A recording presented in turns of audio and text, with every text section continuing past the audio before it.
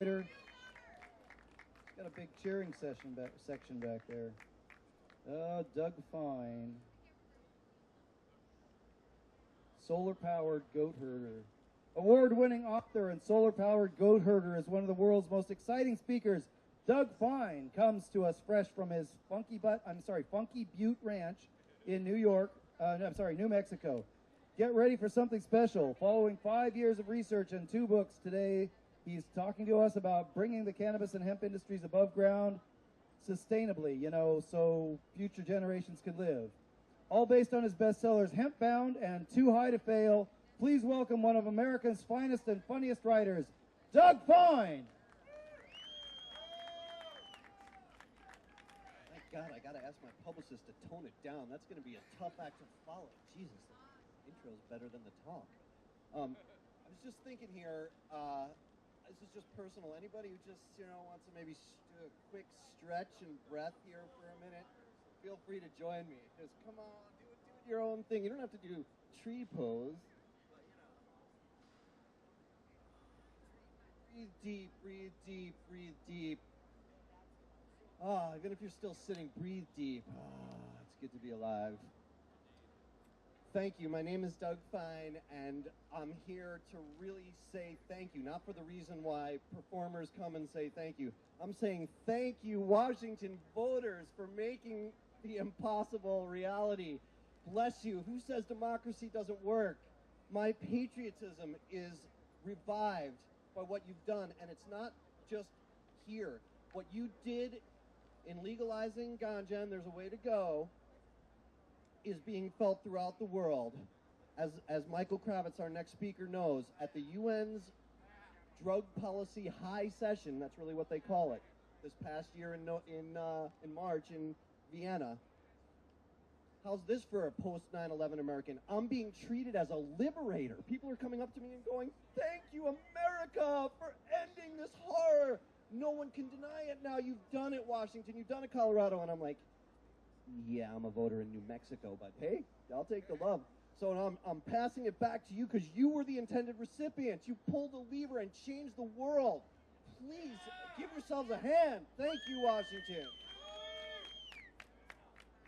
It's really making a difference. It's making a difference in my life, what you've done here. It's making it easier to go around the world and talk to you about what I want to talk to you about today. Here's the message.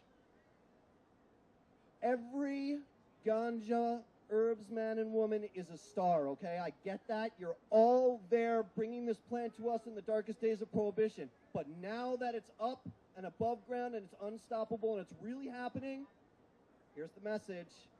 We have to make it sustainable. Ladies and gentlemen, look at our earth. We can't go about the prohibition method of high-energy indoor cultivation with a lot of dangerous chemicals and pesticides.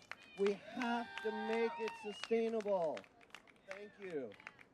I wrote a book about this a couple of years ago called Too High to Fail, and what it was thank you. I moved up to Mendocino County, California for a year and followed one outdoor, organically grown, sustainable cannabis flower, locally developed, sorry Monsanto, locally developed cannabis strain called Kashmir Kush from farm to patient. And it was part of this beautiful thing they had going in Mendocino called the Zip Tie program. And the sheriff zip-tied 99 plants per farm and made sure that it was grown sustainably. This is the first county in the nation to ban GMOs. Don't worry, Washington, you'll get them next time. Almost.